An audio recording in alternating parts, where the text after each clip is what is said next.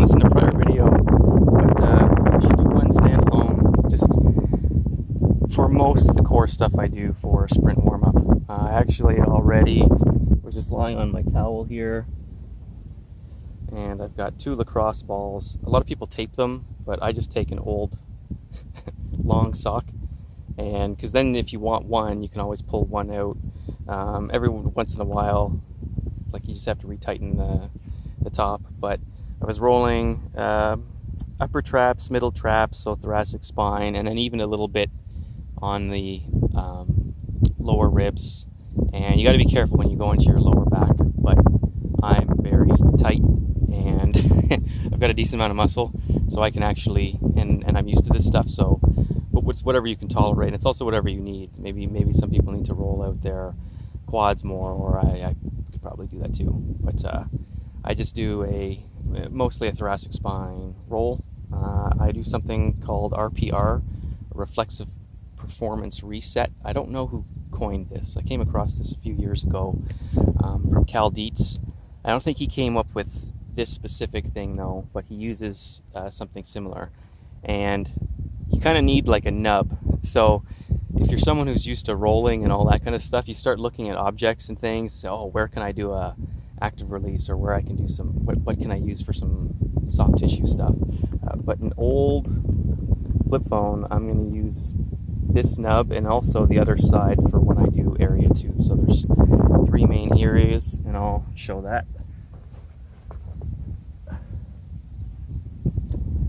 So number 1, this loosens up and activates hip flexors.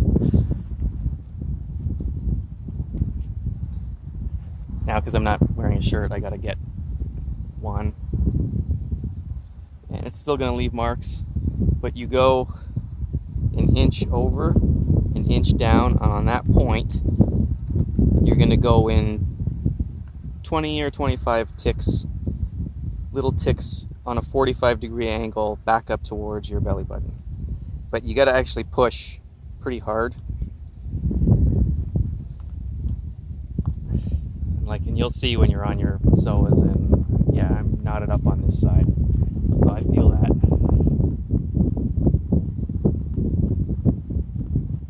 So as I'm going, I'm digging in and towards each of those ticks.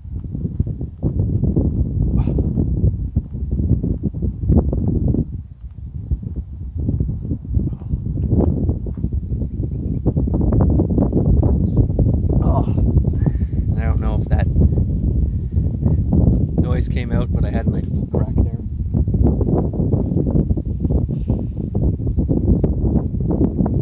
And same thing on the other side.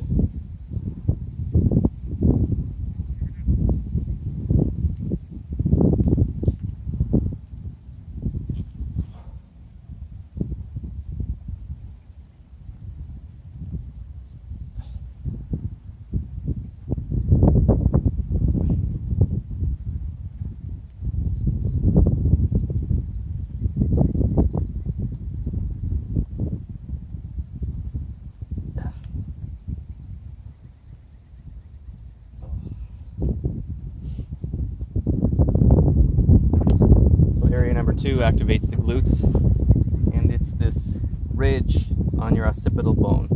So you'll start in the middle and go towards the outside, and you're rubbing back and forth over that bone, 20 or so times, and then you would do the other side.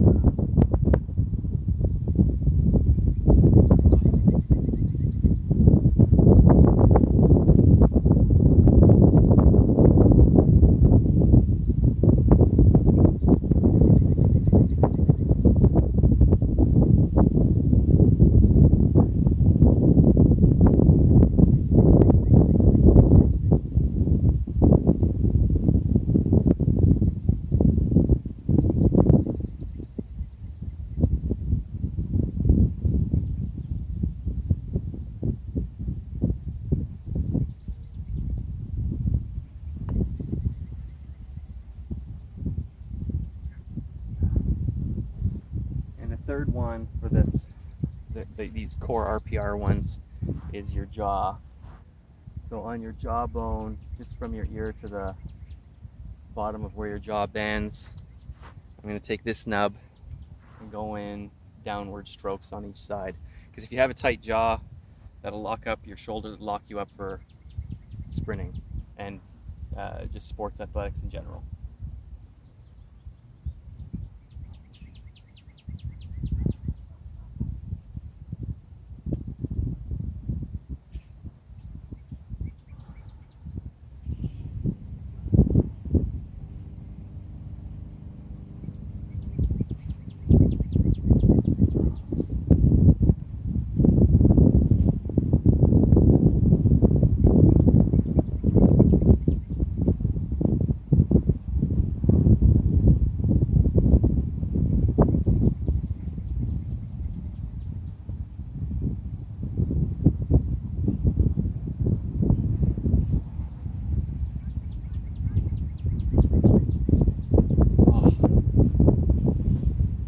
You don't have to do those. I do like doing something for the hip flexors for sure. But that one and the back one, this area here to activate the glutes, I mean, because these spots are connected, and just working on a computer or being stressed or whatever, you get tension back there. Like you can see, even just after doing that, even though it's meant for the glutes, like it still makes your neck feel better. But RPR is just something to look into, and I do it, so I'm showing you guys what I do.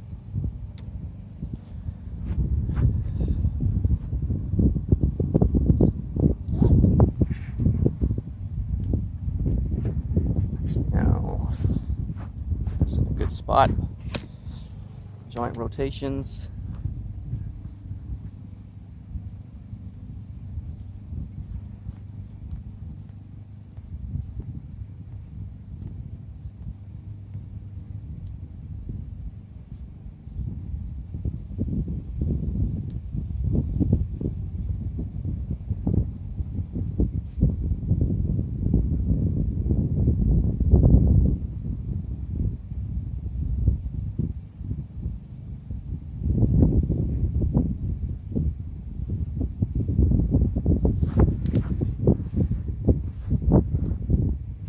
Circles.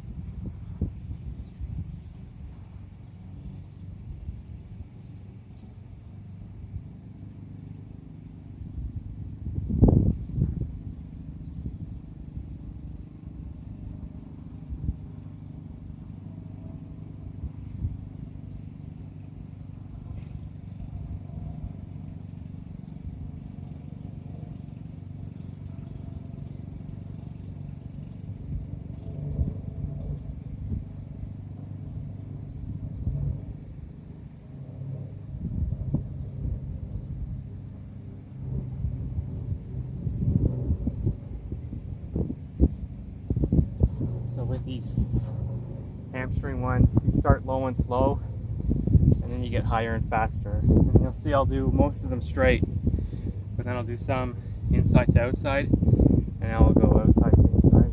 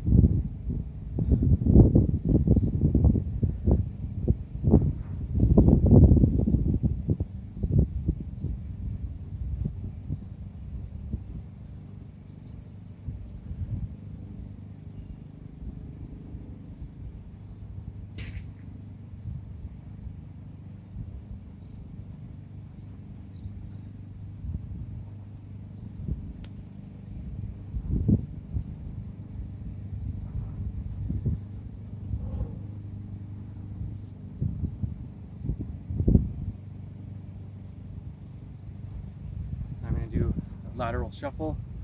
I do about the first 10 yards slow, and then 10, 15, 20 yards quick, just depending on how I feel.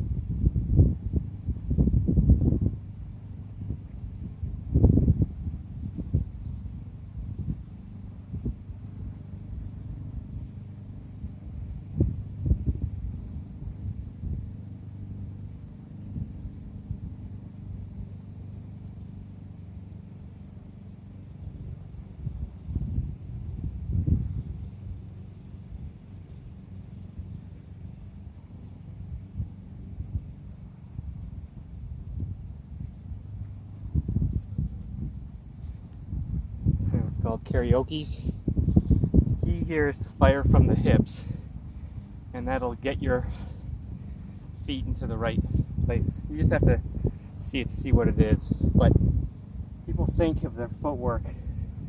It's from the hips, and that will direct the feet.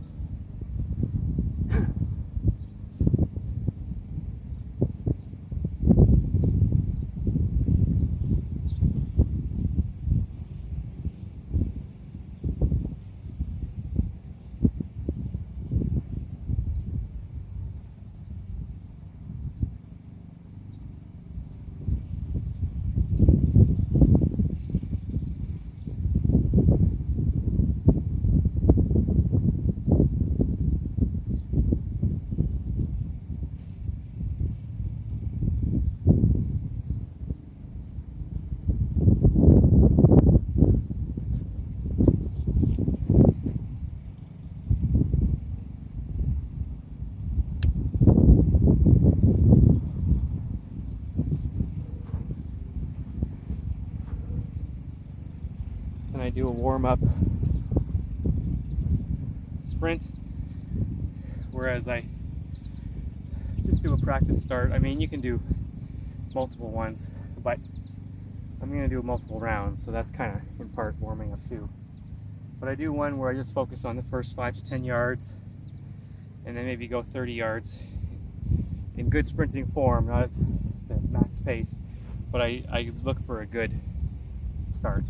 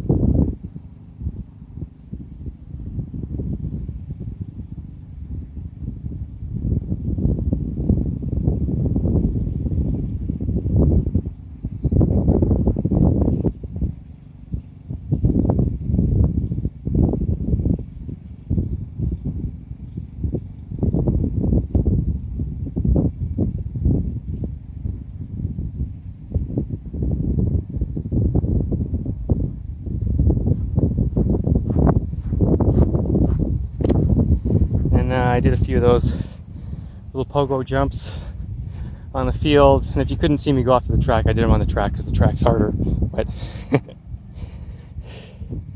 I need more work on the track and getting used to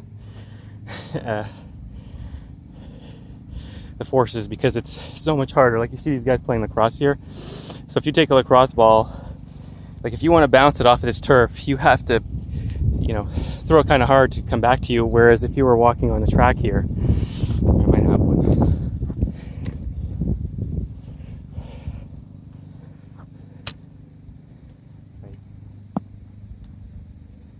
Like I don't, it's not, I mean, obviously if you can really whip it, but I have to be cognizant.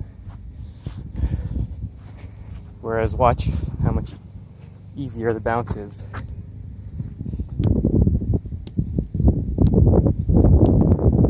Right? So you're faster running on turf, on the track than the turf. My estimate is maybe 5 to 10% faster, but I guess it depends on your mechanics and your speed, and then I don't know, are you relatively better or worse at one than the other? But not counting that last factor, it's you know, it'll be 5 to 10%, I think, somehow, because that turf, it gives you quite a bit, especially if you can handle the stiffness. You can get a big boost. And then if you're wearing sprint spikes, so you've got the spikes that are meant for that track. And then a lot of those shoes, they have a hard sole, so it gives you some stiffness in the shoe itself as well. And I've got these toe shoes, which are great cross trainers. I mean, it's really, there's no support though. It's just a thicker sole than a lot of toe shoes. But if you're doing sprints, it'll wear down your shoes pretty quick, so you want a pair with good treads like that. But anyways, that's the warm-up. I did the warm-up sprint, and now time to start.